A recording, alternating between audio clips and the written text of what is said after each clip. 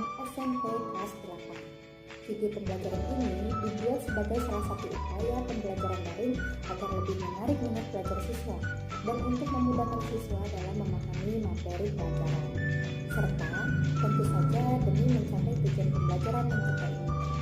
Pada kesempatan kali ini, saya akan menyampaikan materi yang berkaitan dengan kedudukan dan makna pembukaan Undang-Undang Dasar Negara Republik Indonesia tahun 1945, di mana tujuan dari pembelajaran kali ini adalah diharapkan dapat menumbuhkan kesadaran peserta didik terhadap Undang-Undang Dasar Negara Republik Indonesia. Baiklah, langsung saja mari kita mulai pembelajaran kali ini dengan berdoa terlebih dahulu menurut agama dan kepercayaan masing-masing.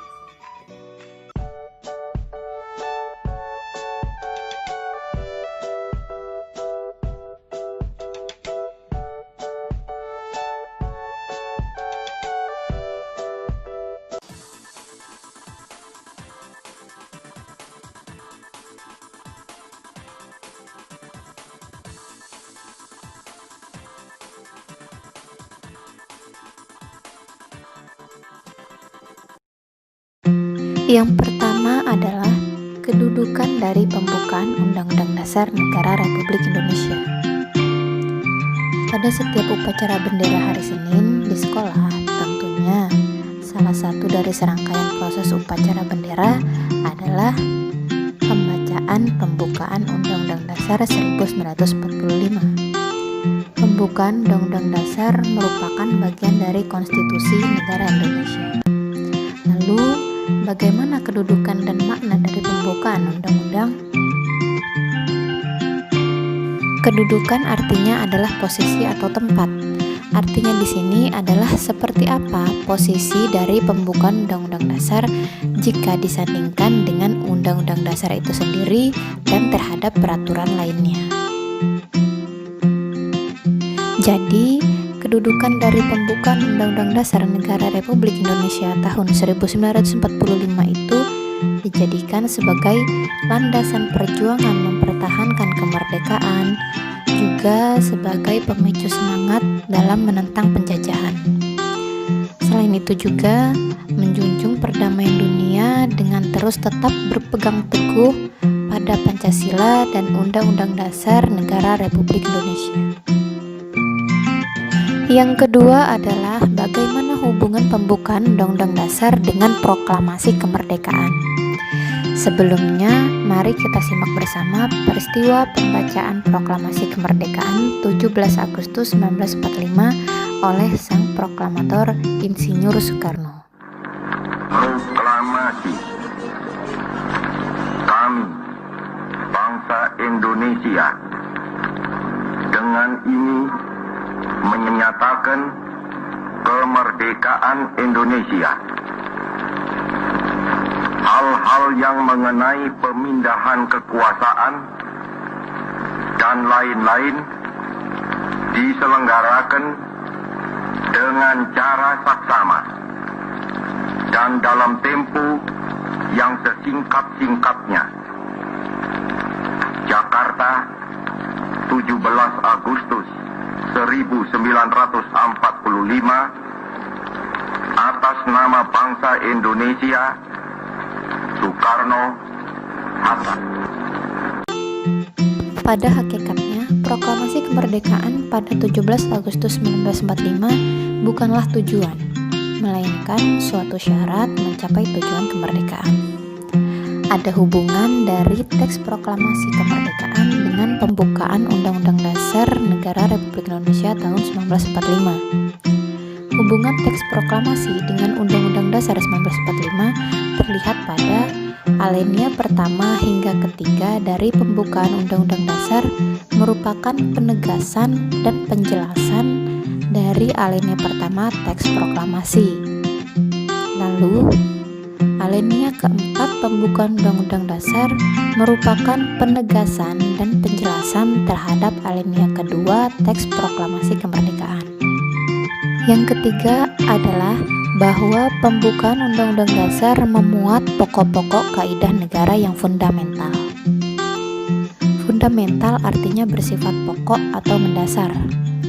Dalam sejarah terjadinya pembukaan Undang-Undang Dasar 1945 ditetapkan oleh pembentuk negara, yaitu PPKI sebagai badan yang mewakili bangsa Indonesia telah berhasil mengesahkan Undang-Undang Dasar 1945. Kemudian adanya pernyataan sebagai penerapan kehendak pembentuk negara untuk menjadikan hal-hal tertentu sebagai dasar negara yang dibentuknya. Dalam hal materi, pembukaan Undang-Undang Dasar 1945 memuat dasar-dasar negara yang dibentuk, seperti tujuan negara, asas kerohanian negara, dan asas politik negara. Sebagai pokok kaidah negara fundamental, pembukaan Undang-Undang Dasar 1945 memuat ketentuan tentang ditetapkannya sebuah undang-undang negara Indonesia sebagai hukum dasar atau konstitusi bagi penyelenggaraan pemerintahan negara Indonesia. Itulah pokok-pokok kaidah negara fundamental yang tercermin dalam isi pembukaan Undang-Undang Dasar Negara Republik Indonesia tahun 1945. Undang-Undang Dasar 1945 berkedudukan sebagai norma dasar yang bersifat fundamental yang tidak dapat diubah dengan alasan apapun. Yang keempat, mana alinea pembukaan Undang-Undang Dasar Negara Republik Indonesia tahun 1945. Pembukaan Undang-Undang Dasar 1945 terdiri atas 4 alinea yang merupakan gambaran perjuangan, cita-cita, dan tujuan negara Republik Indonesia. Pada alinea pertama, menunjukkan keteguhan dan tekad kuat bangsa Indonesia untuk menentang penjajahan dan menegakkan kemerdekaan. Alinea pertama pembukaan Undang-Undang Dasar 1945 merupakan tugas dan tanggung jawab kepada bangsa dan negara, serta warga negara Indonesia untuk senantiasa berjuang melawan setiap bentuk penjajahan dan mendukung kemerdekaan setiap bangsa. Pada alinea kedua pembukaan Undang-Undang Dasar 1945 mengandung makna perjuangan.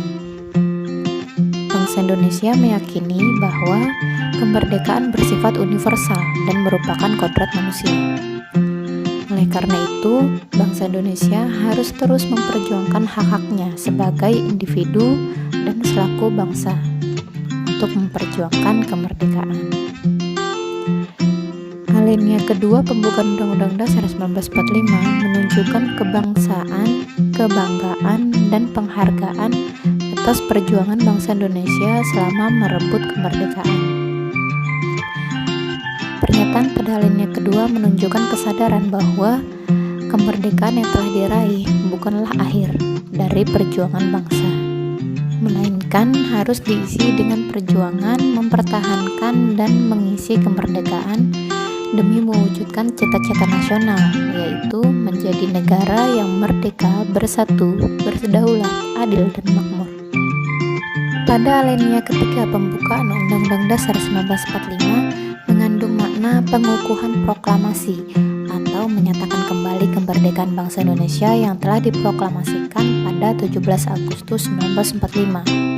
Alinea ketiga ini tidak hanya memuat motivasi real dan material bangsa Indonesia untuk menyatakan kemerdekaan, tetapi juga memuat motivasi spiritual yang luhur dari pengukuhan proklamasi kemerdekaan Indonesia. Alinea keempat pembukaan Undang-Undang Dasar 1945 berisi prinsip-prinsip dan kaidah-kaidah pembentuk pemerintahan Indonesia. Dalam alinea keempat terdapat falsafah negara atau dasar negara, yaitu Pancasila yang mempunyai kedudukan hukum.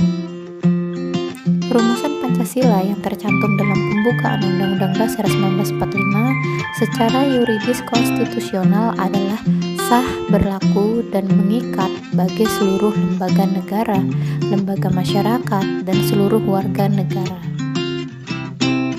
Dengan demikian, dapat disimpulkan isi dan makna pada tiap alinea dari pembukaan Undang-Undang Dasar 1945 adalah sebagai berikut.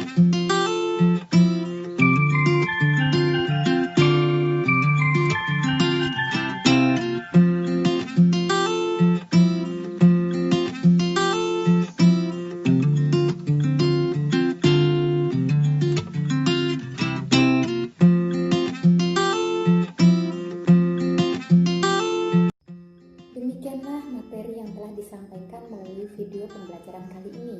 Semoga dapat memberikan ilmu yang bermanfaat, menumbuhkan rasa syukur dalam diri terhadap bangsa dan negara Indonesia, serta dapat diaplikasikan dalam kehidupan sehari-hari. Saya akhiri. Wassalamualaikum warahmatullahi wabarakatuh.